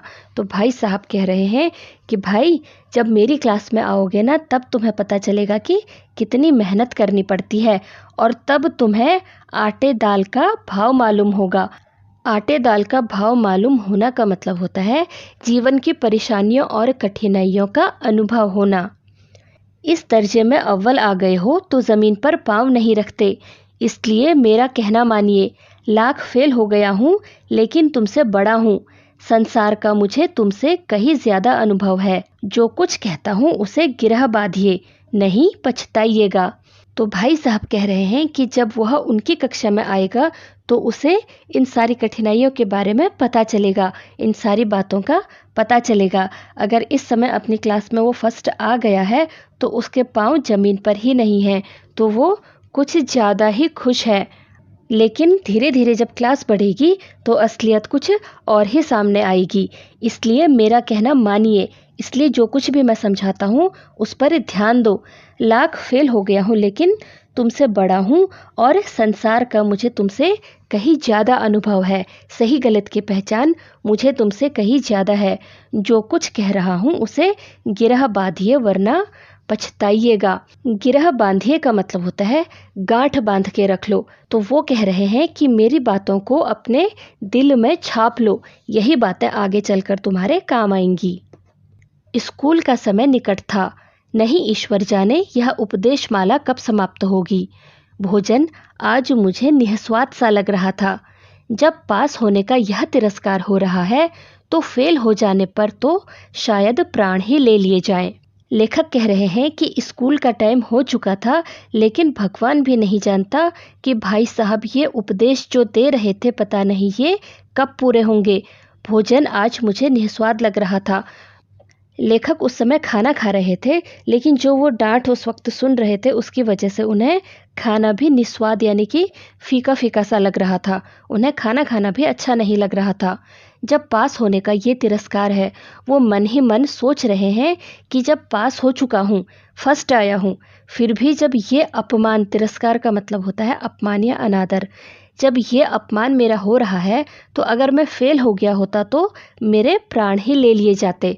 भाई साहब ने अपने दर्जे की पढ़ाई का जो भयंकर चित्र खींचा था उसने मुझे भयभीत कर दिया। स्कूल छोड़कर घर नहीं भागा, यही ताज्जुब है। लेकिन इतने तिरस्कार पर भी पुस्तकों में मेरी अरुचि ज्यों की त्यों बनी रही। तो लेखक कह रहे हैं कि भाई साहब ने अपनी क्लास का, कि जब मैं उनकी क्लास में आ जाऊंगा, उस चीज़ का इतना भयंकर चित्र खींचा था, यानी कि इतना खतरनाक रूप जो उन्होंने मुझे दिखाया था, उसके बाद तो मैं बहुत ज़्यादा डर गया था। लेकिन फिर भी मैं स्कूल छोड़कर घर नहीं भागा। मतलब यही आश्चर्य की बात है कि इतना सब कुछ सुनने के बाद भी ना तो मैं डरा और ना ही मेरे दिमाग में ये आया कि भाई पढ़ाई लिखाई तो मेरे बस की बात है नहीं। अपमान, इतनी बेइज्जती के बाद भी पुस्तकों के प्रति उनकी रुचि नहीं बढ़ी। उन्हें कोई रुचि नहीं थी कि किताब खोल करके पढ़ाई करूं। खेल कूद का कोई अवसर हाथ से न जाने देता। पढ़ता भी मगर बहुत कम। खेल कूद को मैं फिर भी नहीं छोड़ पाया। जितना पहले खेलता था उतना अब भी खेलता ही रहा। पढ़ता था, पढ़ाई भी करता था, लेकिन बहुत कम। बस इतना कि रोज़ का टास्क पूरा हो जाए और दर्जे में जलील ना होना पड़े। अपने ऊपर जो विश्वास पैदा हुआ था वह फिर लुप्त हो गया और फिर चोरों का सा जीवन कटने लगा। तो लेखक कह रहे हैं कि वो पढ़ते थे लेकिन बहुत कम, सिर्फ इतना कि रोज़ का टास्क जो उन्हें क्लास वर्क या होमवर्क वगैरह जो मिलता होगा, बस वो उसे पूरा करते थे कि दर्जे में अपनी क्लास में उन्हें बेइज्जत ना होना पड़े। सिर्फ इतना ही वो पढ़ते थे। अपने ऊपर जो विश्वास पैदा हुआ था कि भाई मैं तो बिना पढ़े ही पास हो ही जाऊंगा, मेरी तो किस्मत ही बहुत बलवान है, वो फिर से गायब हो गया और फिर चोरों का सा जीवन जीने लगे। चोरों का सा जीवन का मतलब होता है कि चोरों के समान जीना।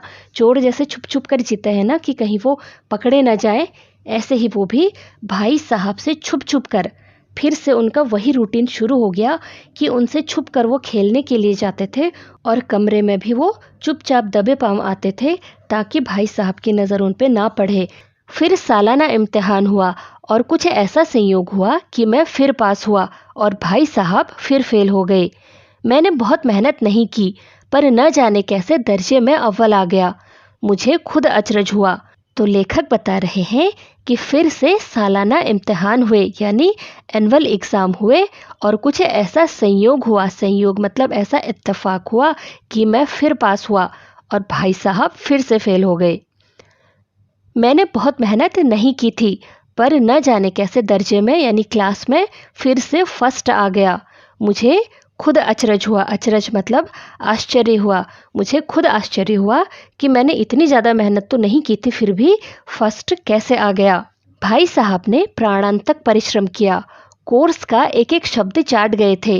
10 बजे रात तक इधर, 4 बजे भोर से उधर, 6 से 9:30 तक स्कूल जाने से पहले। मुद्रा कांतिहीन हो गई थी, मगर बेचारे फेल हो गए। मुझे उन पर दया आती थी। तो लेखक भाई साहब के बारे में बता रहे हैं कि उन्होंने प्राणांतक परिश्रम किया। प्राणांतक का शाब्दिक अर्थ होता है प्राण के अंत तक, लेकिन यहाँ पर इसका मतलब है कि उन्होंने बहुत कठिन परिश्रम किया था। उन्होंने अपनी जी जान लगा दी थी। कोर्स का एक एक शब्द चाट गए थे, यानी कि एक एक शब्द उन्होंने रट लिया था। 10 बजे रात तक उधर और 4 बजे सुबह से इधर शुरू हो जाते थे। उसके बाद 6 बजे से 9 बजे तक स्कूल जाने से पहले भी वो सिर्फ पढ़ा ही करते थे। उन्होंने इतनी पढ़ाई की थी, इतना सिर्फ पढ़ते रहते थे कि मुद्रा कांतिहीन होना का मतलब होता है उनके चेहरे की चमक चली गई थी, लेकिन इसके बावजूद भी बेचारे फेल हो गए थे। मुझे उन पर दया आती थी। अब तो लेखक को भी उन पर दया आने लगी थी। नतीजा सुनाया गया तो वह रो पड़े और मैं भी रोने लगा। अपने पास होने की खुशी आधी हो गई। मैं भी फेल हो गया होता तो भाई साहब को इतना दुख ना होता, लेकिन विधि की बात कौन टाले। तो लेखक बता रहे हैं कि जब नतीजा यानी कि जब रिजल्ट सुनाया गया तो वो रो पड़े और उनके साथ साथ मैं भी रो पड़ा। अपने पास होने की खुशी आधी हो गई थी। क्यों? क्योंकि भाई साहब तो फिर से फेल हो गए थे। मैं भी फेल हो जाता तो अच्छा होता, भाई साहब को इतना दुख ना होता, लेकिन विधि की बात को कौन टाले। विधि की बात का मतलब होता है किस्मत की बात, लेकिन किस्मत की बात को कौन ही टाल सकता है। मेरे और भाई साहब के बीच में अब केवल 1 दर्जे का अंतर और रह गया। मेरे मन में एक कुटिल भावना उदय हुई कि कहीं भाई साहब 1 साल और फेल हो जाएं तो मैं उनके बराबर हो जाऊं, फिर वह किस आधार पर मेरी फजीहत कर सकेंगे। लेकिन मैंने इस विचार को दिल से बलपूर्वक निकाल डाला। आखिर वह मुझे मेरे हित के विचार से ही तो डांटते हैं। मुझे इस वक्त अप्रिय लगता है अवश्य, मगर यह शायद उनके उपदेशों का ही असर है कि मैं दनादन पास हो जाता हूँ, और इतने अच्छे नंबरों से। लेखक बता रहे हैं कि अब उनमें और भाई साहब के बीच में केवल एक ही क्लास का डिफरेंस रह गया था। लेखक के मन में एक कुटिल भावना का उदय हुआ। कुटिल भावना का मतलब होता है एक बुरा विचार उनके मन में आया। क्या आया? कि अगर भाई साहब 1 साल और फेल हो जाएं तो फिर मैं उनके बराबर हो जाऊं, यानी कि फिर मैं उन्हीं की क्लास में आ जाऊंगा। तो फिर वो किस बात पर, किस आधार पर मेरी बेइज्जती कर सकेंगे। लेकिन इस विचार को लेखक ने तुरंत ही दिल से बलपूर्वक निकाल डाला। उन्होंने ये तो सोचा कि अगर ये फिर से फेल हो जाते हैं तो हम सेम क्लास में आ जाएंगे और फिर वो मेरी बेइज्जती नहीं कर पाएंगे, मुझे नहीं डांट पाएंगे, रोक टोक नहीं लगा पाएंगे। लेकिन तुरंत ही लेखक ने अपने मन से इस विचार को निकाल दिया। उन्हें ये समझ में आया, उन्हें रियलाइज़ हुआ कि वो भाई मेरे हित के लिए, यानी कि मेरे भले के लिए ही तो वो मुझे डांटते हैं। मुझे उनकी डांट अप्रिय, यानी कि अच्छी नहीं लगती है। मुझे जब मैं डांट खाता हूँ उनसे डांट खाना अच्छा नहीं लगता है। लेकिन ये शायद उनके उपदेशों का ही असर है, उनकी डांट का ही असर है, उनके समझाने का ही असर है कि मैं दनादन पास हो जाता हूँ, वो भी इतने अच्छे नंबरों से। दनादन का मतलब होता है फटाफट या लगातार, कि मैं लगातार पास हो जाता हूँ और उनकी डांट के डर से ही मैं जितना भी पढ़ता हूँ ये नंबर उसी वजह से मेरे आते हैं। अब भाई साहब बहुत कुछ नरम पड़ गए थे। कई बार मुझे डांटने का अवसर पाकर भी उन्होंने धीरज से काम लिया। शायद अब वह खुद समझने लगे थे कि मुझे डांटने का अधिकार उन्हें नहीं रहा, या रहा भी तो बहुत कम। मेरी स्वच्छंदता भी बढ़ी। मैं उनकी सहिष्णुता का अनुचित लाभ उठाने लगा। मुझे कुछ ऐसी धारणा हुई कि मैं पास हो ही जाऊंगा, पढ़ूं या ना पढ़ूं, मेरी तकदीर बलवान है। इसलिए भाई साहब के डर से जो थोड़ा बहुत पढ़ लिया करता था वह भी बंद हुआ। अब भाई साहब कुछ नरम हो गए थे। कई बार लेखक को डांटने का अवसर पाकर भी उन्होंने धीरज से काम लिया, यानी कि उन्होंने इग्नोर किया, कई बार इग्नोर किया। अब वो शायद खुद ही यह समझने लगे थे कि मुझे डांटने का जो अधिकार है अब वो उनका नहीं रहा, और अगर रहा भी तो वो बहुत कम। इस वजह से मेरी स्वच्छंदता बढ़ गई। स्वच्छंदता का मतलब होता है स्वतंत्रता। उनके सहिष्णुता का अनुचित लाभ उठाने लगा। उनकी इस सहनशीलता का लेखक अनुचित, यानी कि गलत लाभ, गलत फायदा उठाने लगे। लेखक अब ऐसा समझने लगे थे, धारणा होना मतलब कि ऐसा समझना, वो ऐसा समझने लगे थे कि भाई मैं तो पास हो ही जाऊंगा, पढ़ूं या ना पढ़ूं, मेरी तकदीर बलवान है, यानी मेरी तो किस्मत वैसे ही बहुत अच्छी है, तो मैं पढ़ूं या ना पढ़ूं इसलिए मैं पास तो हो ही जाऊंगा। भाई साहब के डर से जो थोड़ा बहुत वो पढ़ लिया करते थे अब वो भी बंद हो गया। मुझे कनकव्वे उड़ाने का नया शौक पैदा हो गया था और अब सारा समय पतंगबाजी की ही भेंट होता था। फिर भी मैं भाई साहब का अदब करता था और उनकी नज़र बचाकर कनकव्वे उड़ाता था। मांझा देना, कन्ने बांधना, पतंग टूर्नामेंट की तैयारियां आदि समस्याएं सब गुप्त रूप से हल की जाती थी। मैं भाई साहब को यह संदेह न करने देना चाहता था कि उनका सम्मान और लिहाज मेरी नज़रों में कम हो गया है। तो लेखक क्योंकि अब भाई साहब से डरते नहीं थे तो उन्होंने एक नया शौक पाल लिया था। क्या? कनकव्वे उड़ाना।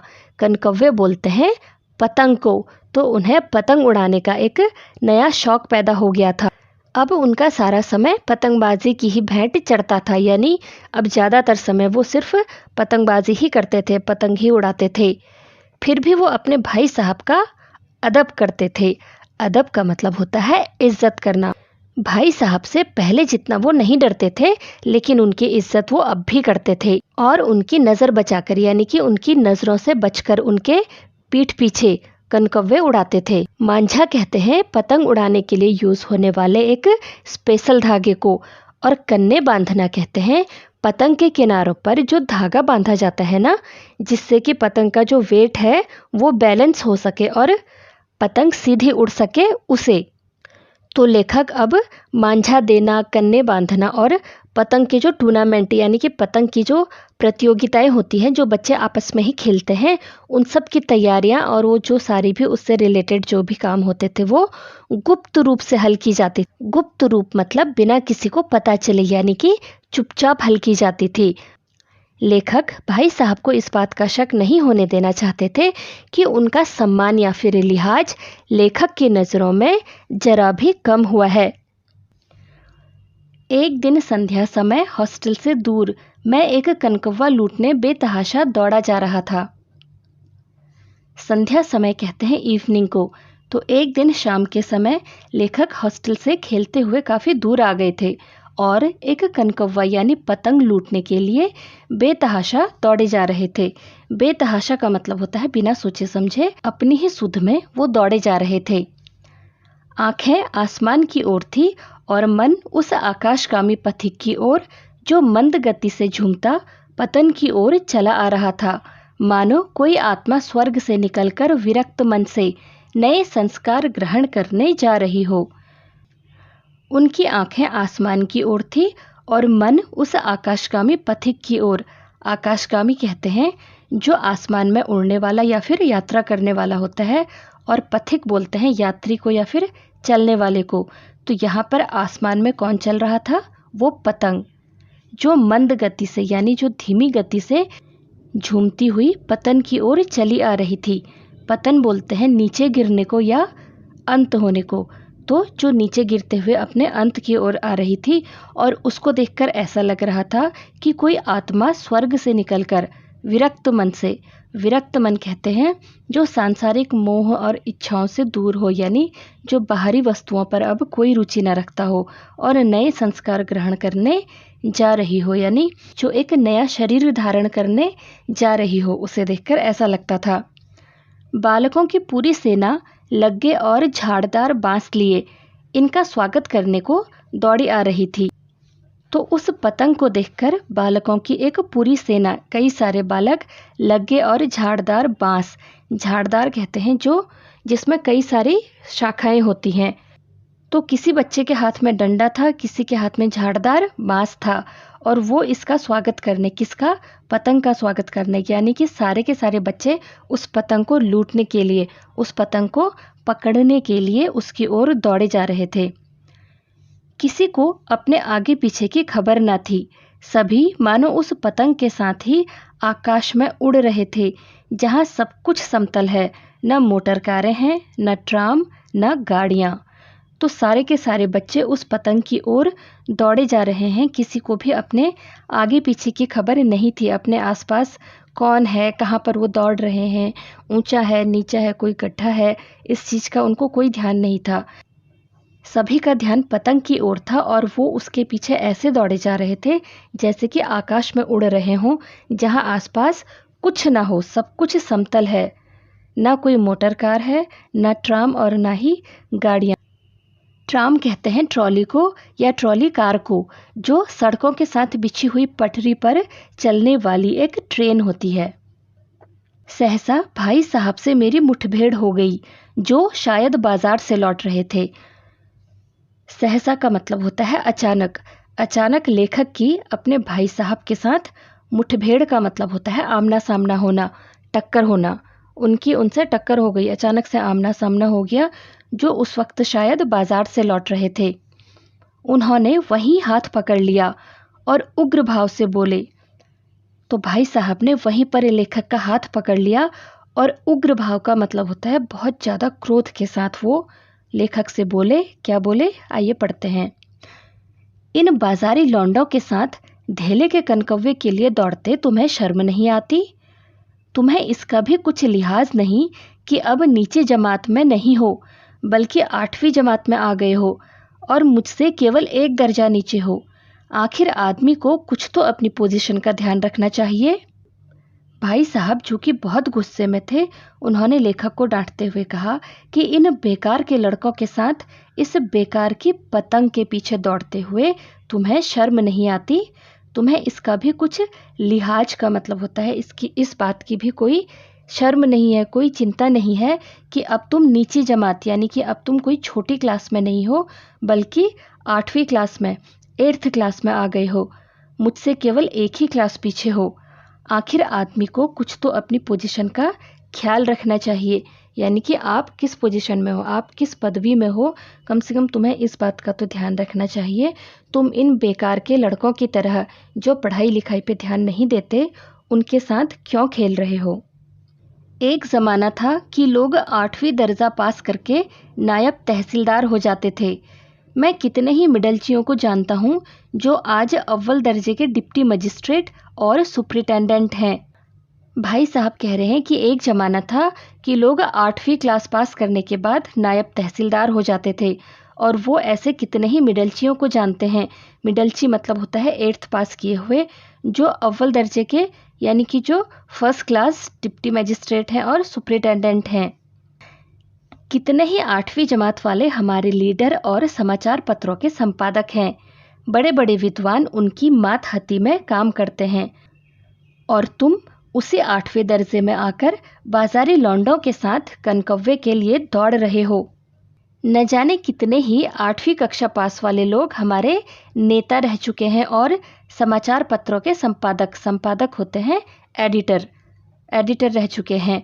बड़े बड़े विद्वान उनकी मातहती का मतलब होता है उनके अंडर काम करते हैं, और तुम उसी 8th क्लास 8वीं कक्षा में आकर इन निकम्मे बेकार के लड़कों के साथ पतंग को लूटने के लिए, पतंग को पकड़ने के लिए दौड़े जा रहे हो। मुझे तुम्हारी इस कम अक्ली पर दुख होता है। तुम ज़हीन हो, इसमें शक नहीं, लेकिन वो जहन किस काम का जो अपने आत्मगौरव की हत्या कर डाले। कम अक्ली का मतलब होता है नासमझी।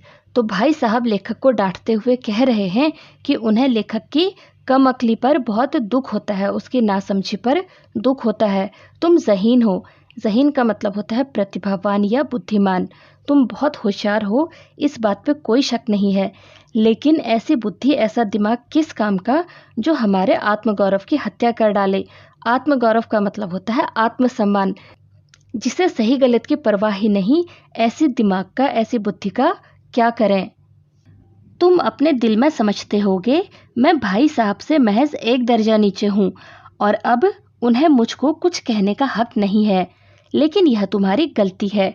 भाई साहब कह रहे हैं कि तुम मन ही मन में ये समझते होगे कि मैं भाई साहब से महज का मतलब होता है सिर्फ एक क्लास ही नीचे हूँ, और अब मुझे तुमको कुछ भी कहने का हक नहीं, लेकिन ये तुम्हारी गलती है। क्यों? सुनिए। मैं तुमसे 5 साल बड़ा हूँ, और चाहे आज तुम मेरी ही जमात में आ जाओ और परीक्षकों का यही हाल है, तो निसंदेह अगले साल तुम मेरे समकक्ष हो जाओगे, और शायद 1 साल बाद मुझसे आगे भी निकल जाओ। लेकिन मुझ में और तुम में जो 5 साल का अंतर है, उसे तुम क्या खुदा भी नहीं मिटा सकता। तो जैसा कि भाई साहब लेखक से 5 साल बड़े हैं, तो वो यही याद दिला रहे हैं कि अगर तुम मेरी कक्षा में भी क्यों ना आ जाओ, और अगर परीक्षकों यानी टीचर्स एग्जामिनर्स का यही हाल रहा, तो निसंदेह मतलब बेशक तुम अगले साल मेरे समकक्ष, मेरी ही क्लास में आ जाओगे, और हो सकता है कि 1 साल बाद मुझसे आगे भी चले जाओ। लेकिन तुम में और मुझ में जो 5 साल का अंतर है, वो तुम तो क्या खुदा भी नहीं मिटा सकता। मैं तुमसे 5 साल बड़ा हूँ और हमेशा रहूँगा। मुझे दुनिया का और जिंदगी का जो तजुर्बा है, तुम उसकी बराबरी नहीं कर सकते, चाहे तुम MA और DPhil और DLit ही क्यों ना हो जाओ।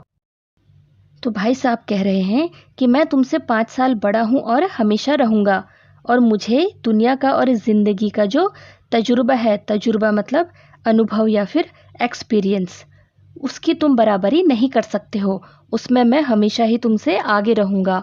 चाहे तुम MA, DPhil या फिर DLit की ही उपाधि यानी डिग्री क्यों ना हासिल कर लो, तब भी अनुभव में मैं ही तुमसे आगे रहूँगा। समझ किताबें पढ़ने से नहीं आती, दुनिया देखने से आती है।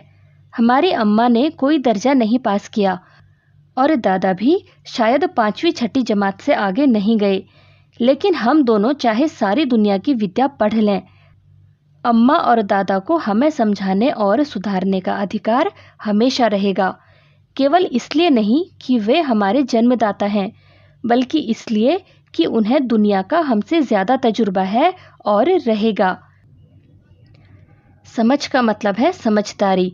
तो भाई साहब कह रहे हैं कि समझदारी जो है वो सिर्फ किताब पढ़ने से नहीं आती है, बल्कि दुनिया देखने से, यानी कि आपके साथ जीवन में जो जो घटनाएं होती हैं उससे ही आप समझदार बनते हो। हमारी अम्मा ने कोई दर्जा पास नहीं किया है, वो स्कूल तक नहीं गई हैं और उन्होंने कोई क्लास पास नहीं करी है, और शायद दादा भी 5वीं 6ठी क्लास से आगे नहीं पढ़े होंगे, लेकिन हम दोनों चाहे दुनिया की कोई भी विद्या पढ़ लें, यानी कि हम कोई भी डिग्री हासिल कर लें, अम्मा और दादा को हमें समझाने और सुधारने का, अगर हम कोई गलती करते हैं तो हमें समझाने का और हमें सुधारने का पूरा अधिकार हमेशा रहेगा।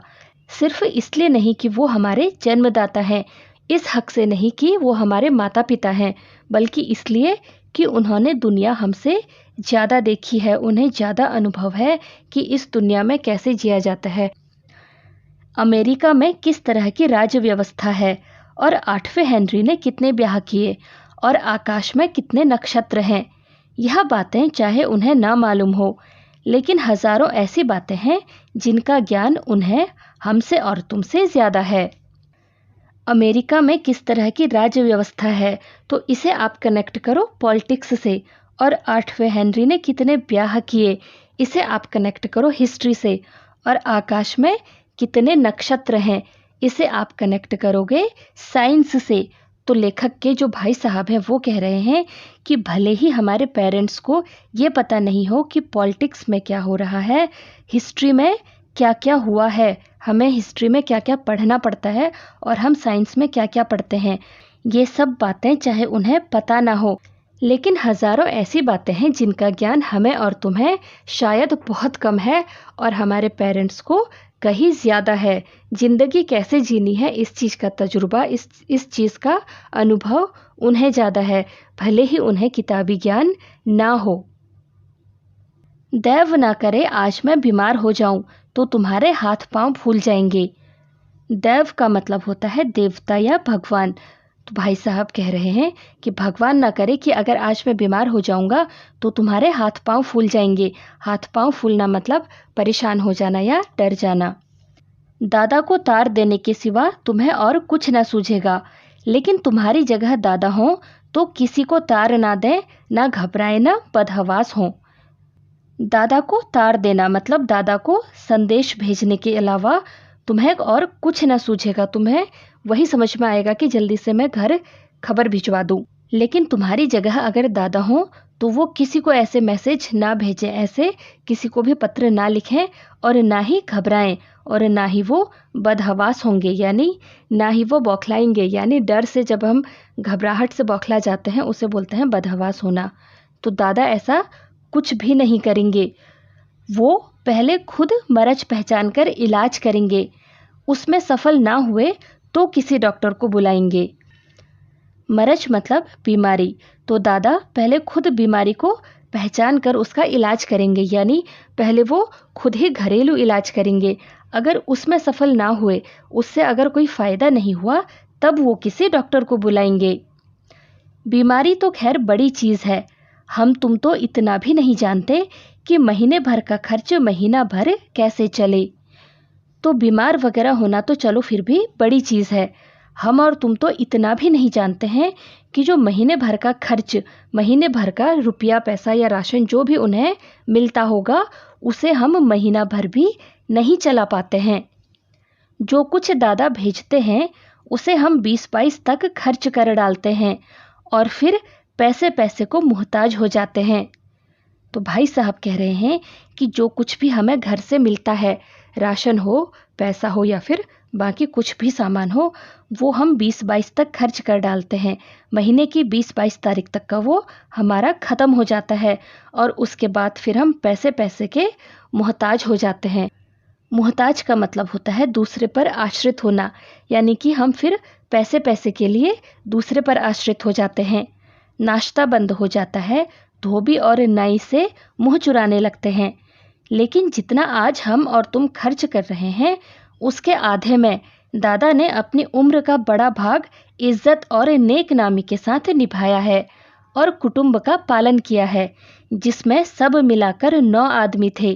तो भाई साहब कह रहे हैं कि जब हमारा पैसा महीने ख़त्म होने से पहले ही ख़त्म हो जाता है, उसके बाद हमारा नाश्ता बंद हो जाता है। पहले ब्रेकफास्ट, लंच और डिनर तीनों करते होंगे, लेकिन जब पैसे कम हो जाते होंगे तो उसके बाद वो नाश्ता यानी ब्रेकफास्ट बंद कर देते होंगे। धोबी और नाई से मुंह चुराने लगते हैं। धोबी जो कपड़े धोता है और आयरन वगैरह करता है, और नाई मतलब बार्बर। तो नाई और धोबी से वो मुंह चुराने लगते हैं, यानी उनके सामने नहीं जाते हैं। क्यों? क्योंकि उनको काम किराए का पैसा भी तो देना होता है। लेकिन जितना आज हम और तुम एक महीने में खर्च कर रहे हैं उसके आधे में दादा ने अपनी उम्र का एक बड़ा भाग यानी कई सारे साल इज्जत और नेक नामी के साथ निभाए हैं, पूरे सम्मान के साथ और एक अच्छी प्रसिद्धि यानी अच्छे नाम के साथ उन्होंने इससे भी आधे रुपये में अपना जीवन चलाया है, कुटुंब यानी परिवार का पालन किया है। और वो भी कब? जब सब मिलाकर उस परिवार में 9 लोग थे। अपने हेडमास्टर साहब को ही देखो, एमए है कि नहीं, और यहाँ के एमए नहीं, ऑक्सफोर्ड के।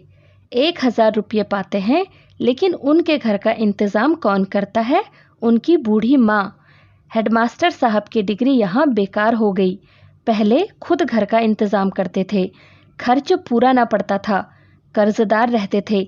जब से उनकी माताजी ने प्रबंध अपने हाथ में ले लिया है, जैसे घर में लक्ष्मी आ गई है।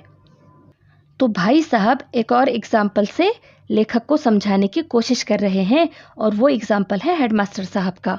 वो कह रहे हैं कि अपने हेडमास्टर साहब को देखो, एमए पढ़े हुए हैं, पढ़ाई लिखाई उन्होंने एमए तक करी है, वो भी यहाँ से नहीं, ऑक्सफोर्ड से। 1000 रुपया पाते हैं, यानी उनकी सैलरी 1000 रुपया है, लेकिन घर का इंतज़ाम कौन करता है? उनकी बूढ़ी माँ। यहाँ पर हेडमास्टर साहब का पढ़ा लिखा सब बेकार हो गया। पहले घर का इंतज़ाम वो खुद किया करते थे, लेकिन खर्च पूरा नहीं पड़ता था, उन्हें 1000 रुपये कम पड़ते थे, कर्जदार रहते थे। कैसे? तो भाई देखो, सैलरी तो अपने फिक्स टाइम पे मिलेगी, मंथ के एंड में। तो अगर पैसे उससे पहले ही खर्च हो गए तो फिर तो उनको किसी न किसी से उधार मांगना ही पड़ेगा। इस तरह वो कर्जदार रहते थे। जब उनकी माताजी ने प्रबंध अपने हाथ में लिया, यानी कि जब सारे इंतज़ाम उनकी माताजी के हाथ में आ गए, तो जैसे घर में लक्ष्मी आ गई, तो घर अच्छे से चलने लगा और पैसे भी बचने लगे। तो भाईजान, यह गरूर दिल से निकाल डालो कि तुम मेरे समीप आ गए हो और अब स्वतंत्र हो। मेरे देखते तुम बेराह ना चलने पाओगे। तो भाई साहब डांटते हुए कहते हैं कि भाईजान, यह गरूर, यह घमंड अपने दिल से निकाल डालो कि तुम मेरे समीप आ गए हो, बिना पढ़े ही तुम पास हो जाओगे और अब स्वतंत्र हो कि भाई मुझे तो अब तुम्हें डांटने का कोई हक नहीं रह गया। ये सारा घमंड तुम अपने दिल से निकाल डालो। मेरे रहते तुम राह नहीं भटक सकते, मैं तुम्हें गलत रास्ते में नहीं जाने दूंगा। अगर तुम यो न मानोगे तो मैं थप्पड़ दिखाकर इसका प्रयोग भी कर सकता हूँ।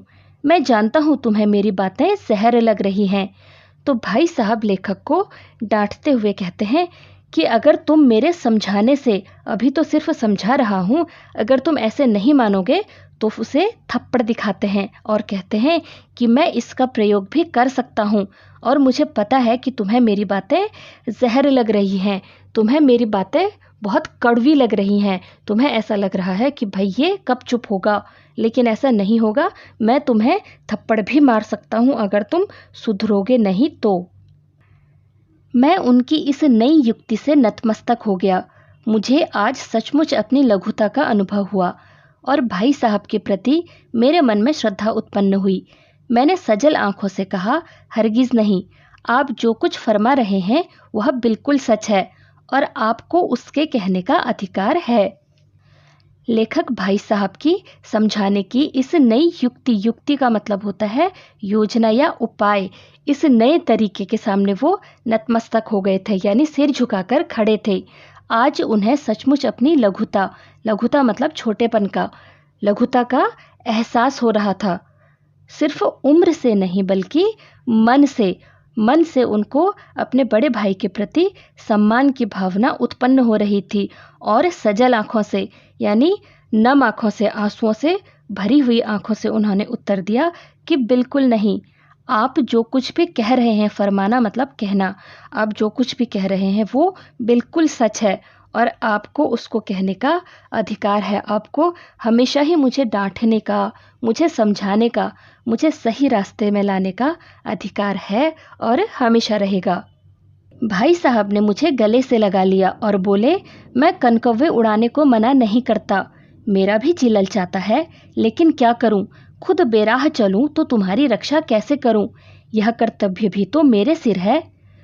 भाई साहब ने लेखक को गले से लगा लिया और बोले कि मैं तुम्हें पतंग उड़ाने से मना नहीं करता हूँ, मेरा भी मन करता है कि मैं भी पतंग उड़ाऊं और खूब मज़े करूं, खेलूं, कूदूं, यहाँ वहाँ जाऊं, सब चीज़ का मन करता है।